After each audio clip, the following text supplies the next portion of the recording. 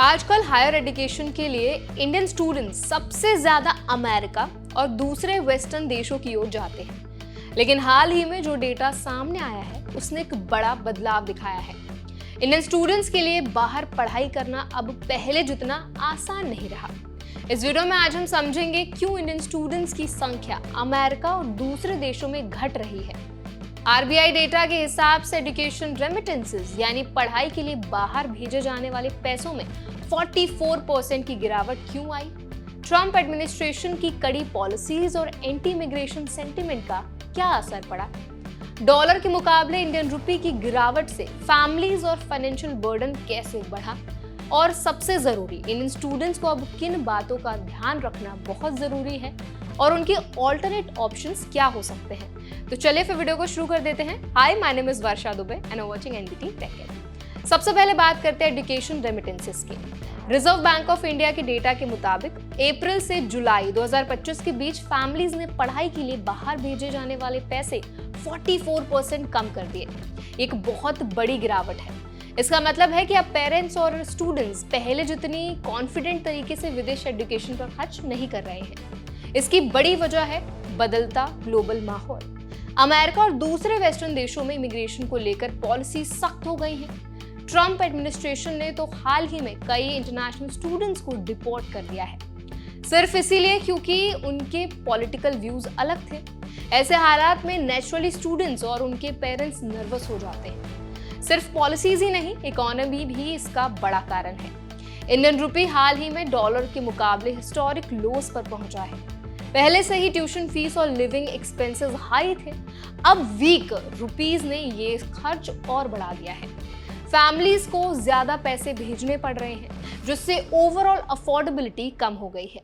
अब देखते हैं वीजास के आंकड़े। अमेरिका में आने वाले फॉरेन स्टूडेंट्स की संख्या लगातार गिर रही है। अगस्त 2025 में ये 4 साल के सबसे निचले स्तर पर आ गई। सिर्फ इंडिया से जाने वाले स्टूडेंट्स की संख्या में 50% गिरावट आई है। कुल मिलाकर अगस्त में अमेरिका में स्टूडेंट्स अराइवल 19% कम हो गए और ये लगातार 5वां महीना है जब ये गिरावट दर्ज की गई है। ये सिर्फ अमेरिका तक लिमिटेड नहीं है। यूके में भी इंडियन स्टूडेंट्स की संख्या 11% घट गई।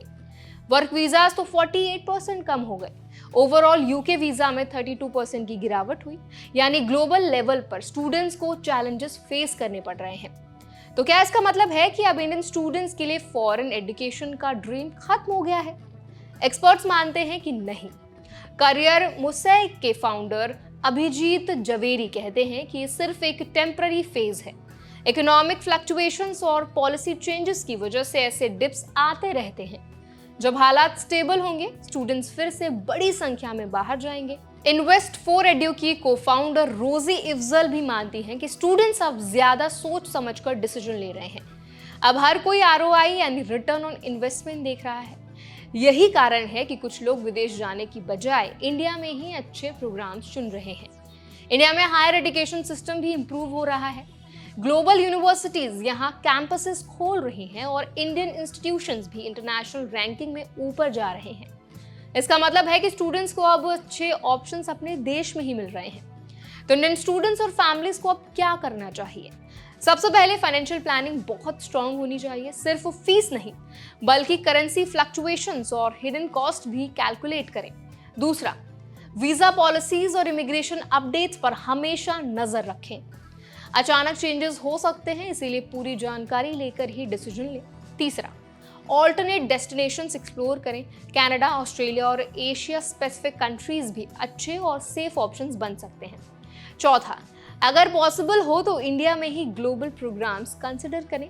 कई फॉरेन यूनिवर्सिटीज अब यहाँ भी अपॉर्चुनिटीज दे रही हैं। और सबसे जरूरी, करियर गोल्स क्लियर रखें। सिर्फ ट्रेंड देखकर विदेश मत जाएं। सोचें कि आपकी पढ़ाई और इन्वेस्टमेंट लॉन्ग टर्म में कितना फायदा देगी। मिनिस्ट्री ऑफ एक्सटर्नल अफेयर्स के डेटा के मुताबिक 2025 की शुरुआत में करीब 1.8 मिलियन इंडियन स्टूडेंट्स विदेश में पढ़ाई कर रहे थे। इसका मतलब है कि डिमांड अभी भी बहुत स्ट्रॉन्ग है। हाँ, शॉर्ट टर्म में गिरावट है, लेकिन लॉन्ग टर्म में इंडियन स्टूडेंट्स ग्लोबल एजुकेशन का अहम हिस्सा बने रहेंगे।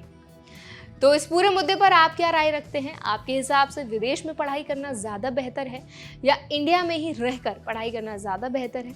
हमें ज़रूर बताइए कमेंट सेक्शन में। और ऐसे और भी अपडेट्स के लिए, वीडियोस के लिए और ऐसे इन्फॉर्मेशन के लिए हमारे चैनल NBT Tech Ed को ज़रूर सब्सक्राइब करें।